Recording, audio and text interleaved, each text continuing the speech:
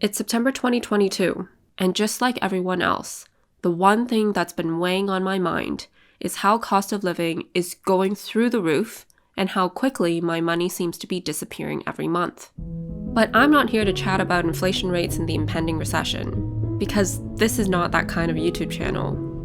Instead, this is a breakup story about me looking at my finances and wondering whether it's finally time to end my relationship with Netflix. And as much as I'd want to say, it's not you, it's me, for this breakup, it really is you and not me. The declining quality of the content is one thing, but the fact that it feels like such a chore scrolling through the platform makes me know that it really might be time. I mean, let's face it, where has the excitement in our relationship gone? And the excitement seems to have gone for other people as well, because I'm not the only one considering a breakup with Netflix. In the first 3 months of 2022, Netflix lost 200,000 subscribers, and then they lost another 1 million subscribers in the 3 months after that. Who knows how many subscribers will be lost in the remaining months of 2022? Who else might be breaking up with Netflix? Well, in all honesty, I am most likely going to be one of them. But you see, this isn't the first time I've broken up with a streaming service. Last year, back in lockdown round 2, I was briefly subscribed to Disney+. But once I'd finished rewatching all of the Disney princess movies, it was a rough time. I decided it was time to unsubscribe. Our relationship lasted 6 months. Because then, I had a brief fling with Apple TV to watch The Shrink Next Door and Severance. This fling with Apple TV lasted 3 months. But my potential breakup with Netflix is going to be my most significant one yet, because I've been a subscriber since October 2016. And in these past 6 years, Netflix really has supported me through the highs and lows of my 20s. From Queer Eye, to Roma, to Master of None, to Marriage Story, and more. I've had really fond memories with Netflix. And just like that, I found myself looking wistfully at Netflix with what Robin from How I Met Your Mother calls graduation goggles. Graduation goggles, like with high school. It's 4 years of bullies, making fun of all the kids with braces, even after the braces come off and they can walk just fine.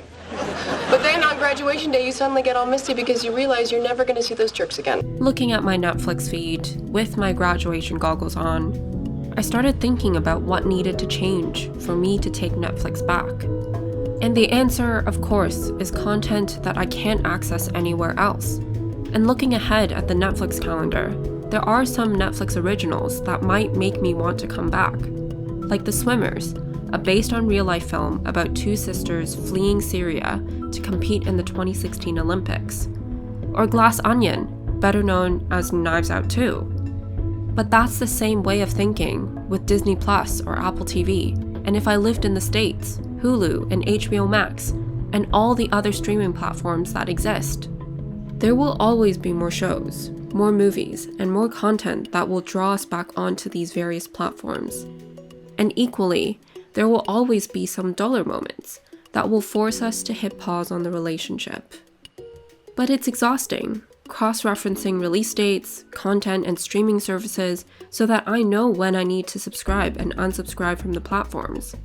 So most likely, I'll hit pause on the relationship for a few months, forgetting its existence until I get so excited about a piece of content on Netflix that I rush back with open arms. Still, I might miss out on months of watching shows and movies the moment that they get released.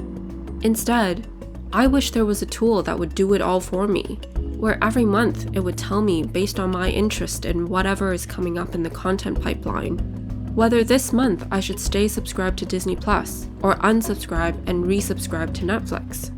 And better yet, what if it was able to learn from my likes and dislikes and my past behaviors, like whether I actually ended up watching something or not? And then it would suggest based on my habits what I would want to subscribe and not subscribe to in that month, without me even having to comb through the upcoming content pipeline. And what if eventually even further down the road, it could plug into my streaming services accounts themselves, and all I would get is a monthly notification just to look at a suggestion of next month's content and their associated streaming services. And then, with a press of a button, and my blessing, of course, it would subscribe and unsubscribe to these services for me. Well, until that happens, for now, I am breaking up with Netflix. It's not goodbye forever, but until the next interesting show or movie comes along, so long and farewell.